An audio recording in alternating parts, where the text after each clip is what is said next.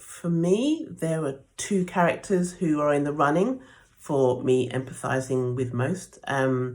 The first one is Priscilla, which seems odd because, Priscilla is the person who kicks off all of this by keeping tabs on her neighbours. But I don't think I know she wasn't because I wrote her, but she wasn't doing it from a vicious place. She started doing it for a particular reason, as you find out in the book.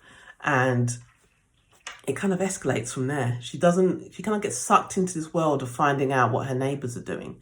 And Priscilla's quite lonely, and she starts living vicariously through her neighbours and can't really stop. So that's why she ends up keeping the diary and keeping tabs on what people are up to, because they become almost like her extended family. Even though she is keeping tabs with them, she wants to be a part of their lives. So I kind of empathise with her in not the sense I'm keeping tabs on my neighbours. I don't want anyone to think that I am, because I'm not.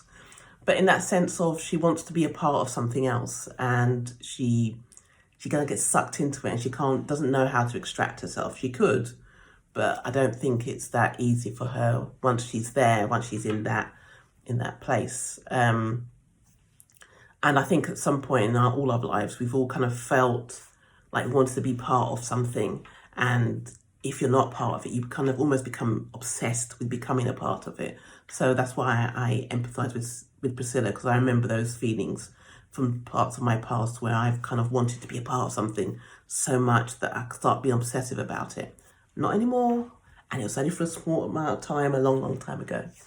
And the other person who I empathise with is kind of Ray, because Ray is completely thrown into this situation where she is handed this book of secrets, and she discovers all these things about her neighbours, stuff that she probably doesn't want to know, and doesn't know what to do.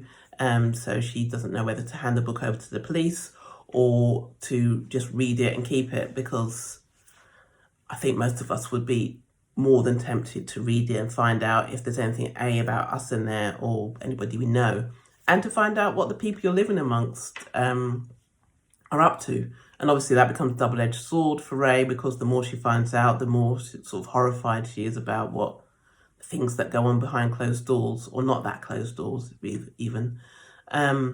But also she wants to hand it over to the police because she wants to find out who has attacked Priscilla and have the crime against Priscilla detected. So I feel for Ray, because she's in this impossible situation almost, and I don't genuinely know what I would do. I mean, obviously I'd read the book, but would I hand it over to the police, or would I, especially if my husband's in there and he's up to something he shouldn't be, or do I keep it? So those are the two people I think I empathise with most from the book.